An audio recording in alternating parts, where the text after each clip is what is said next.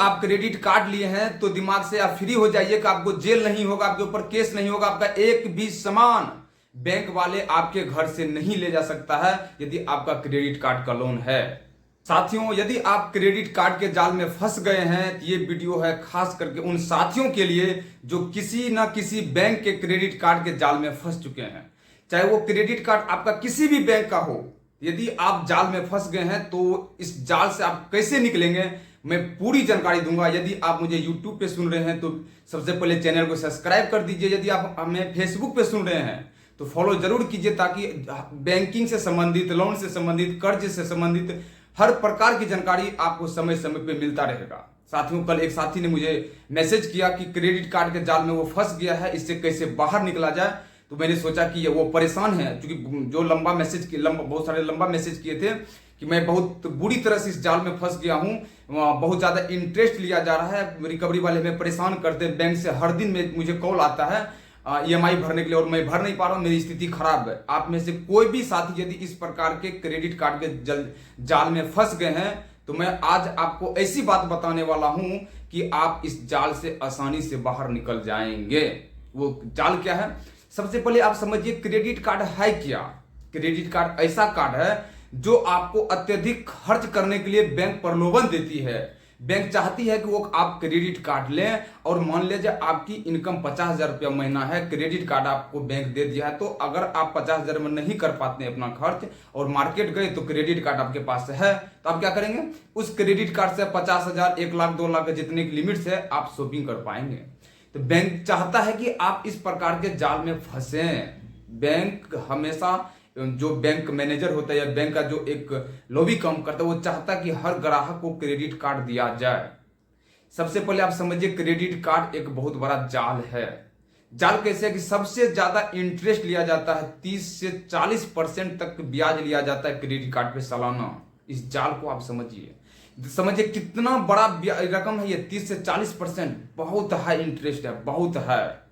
आपको सबसे पहली बात की कोशिश करना है कि क्रेडिट कार्ड आप ले ही नहीं। यदि आप वाकई चाहते हैं कि हम इस दलदल से बाहर निकले, कर्जे से बाहर निकले, तो सबसे पहले आप क्रेडिट कार्ड को तोड़ के फेंक दीजिए। क्रेडिट कार्ड एक ऐसा जाल है कि आपको कभी कर्जे से बाहर निकलने ही नहीं देगा, कभी नहीं। कोशिश कीजिए कि आप क्रेडिट कार्ड ना लें। अगर लें तो समय पे उसका जो पेमेंट है वो पेमेंट आप कर दीजिए क्रेडिट कार्ड, और पेमेंट करके जब आप निकल जाते हैं तो फिर दोबारा क्रेडिट कार्ड आप मत लीजिए। अगर आपने फिर भी ले लिया है, जो भी साथी क्रेडिट कार्ड ले लिए हैं वो गलती कर चुके हैं, तो आप इससे बाहर कैसे निकलेंगे मैं वो आपको रास्ता बताता हूं। कोशिश कीजिए कि आप समय पे उसका EMI भर पाएं, क्योंकि तो अगर आप नहीं भरेंगे तो वो आपको बहुत ज्यादा आपका ब्याज लगेगा। फिर भी यदि आप नहीं भर पाते, 3 महीना, 4 महीना, 6 महीना, 8 महीना हो जाता है, तो क्रेडिट कार्ड का पहले आपको दिमाग में बैठा लेना कि कुछ आपका होगा ही नहीं।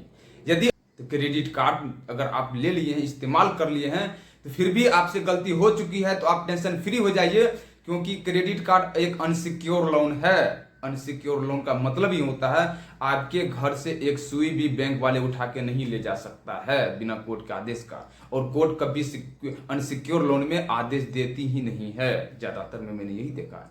और यदि आप ले लिए हैं तो इसको कैसे 15%, 20% पे सेटलमेंट होता है, मैं आपको आज पूरी जानकारी दूंगा। टेंशन नहीं लेना है, पूरी वीडियो लेकिन आपको सुनना है कैसे करना है।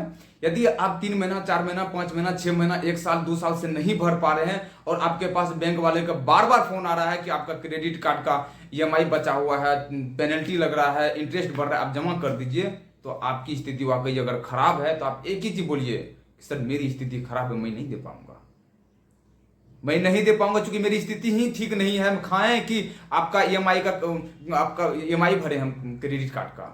तो बैंक वाले क्या करेंगे फिर आपके साथ? 5 महीना, 6 महीना, 1 साल जब देखेंगे बैंक वाले का आपकी स्थिति सच में खराब है, आप नहीं भर पा रहे हैं, तो फिर आपको एक ऑफर दिया जाएगा सेटलमेंट का।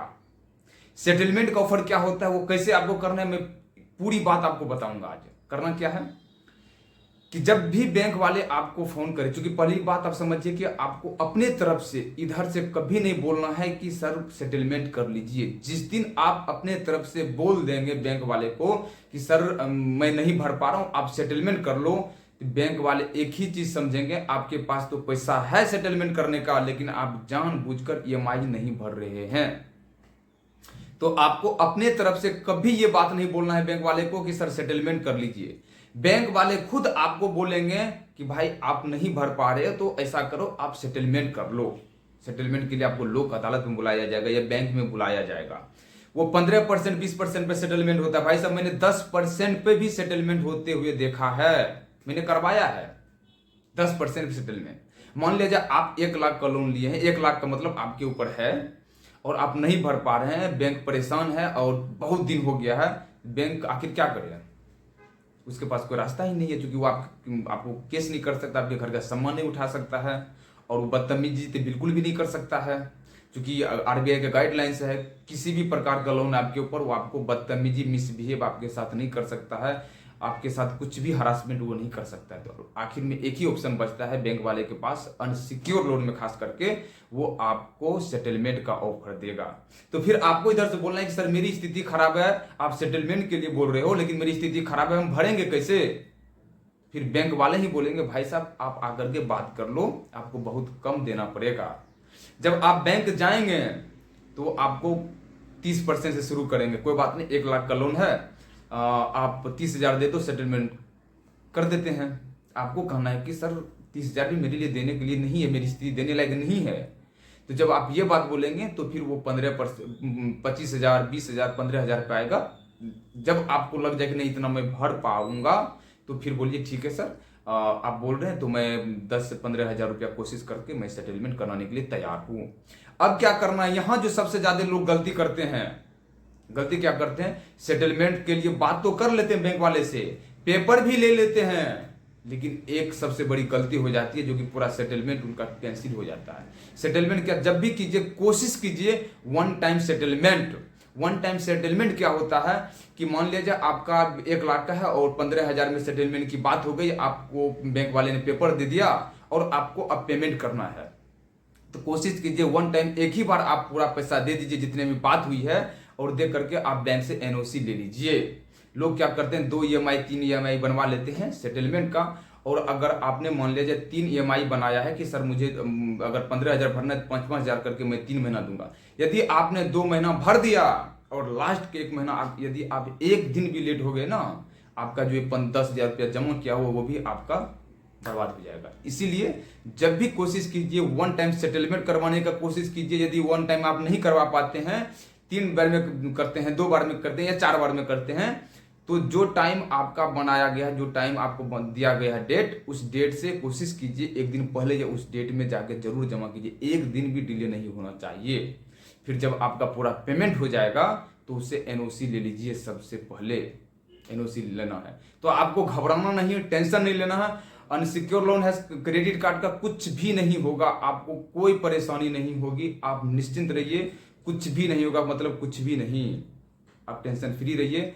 15%, 20%, 25% पे क्रेडिट कार्ड का लोन सेटलमेंट होता है। तो आपको इसी तरह करना है। लोक अदालत का नोटिस आया, आप आराम से जाइए, वहां बात कीजिए और अपनी स्थिति बताइए कि मेरी स्थिति खराब है, मैं नहीं भर पाऊंगा। फिर आपको वही ऑफर देंगे कि सेटलमेंट करवा लो। फिर आपको तैयार होना है, यदि स्थिति है तब, नहीं है तो आपको मना कर देना है।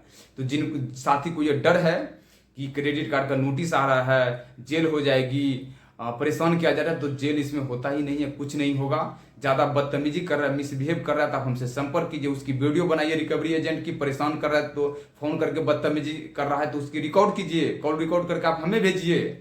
फिर देखिए जो रिकवरी एजेंट या जो बैंक वाले आपको परेशान कर रहे हैं उसकी नौकरी को हम खा जाएंगे। बार बार बोल रहे हैं कि यदि आपके साथ बैंक वाले, रिकवरी एजेंट कोई भी परेशान कर रहा है तो उसकी कॉल रिकॉर्ड कीजिए, या घर पे आ रहा है बदतमीजी कर रहा है आपके साथ या आपके फैमिली के साथ, उसकी वीडियो बनाइए और वीडियो आप हम तक पहुंचाइए। हमने अपना नंबर दे रखा है, उस नंबर पर आप व्हाट्सएप कीजिए, फिर देखिए कैसे उसको ठीक करते हैं। फिर भी कोई साथी का कोई सवाल हो, परेशान है, तो आप बिल्कुल कमेंट कीजिए, मैं कोशिश करूंगा उस पर वीडियो बनाने के लिए। जय हिंद, जय भारत।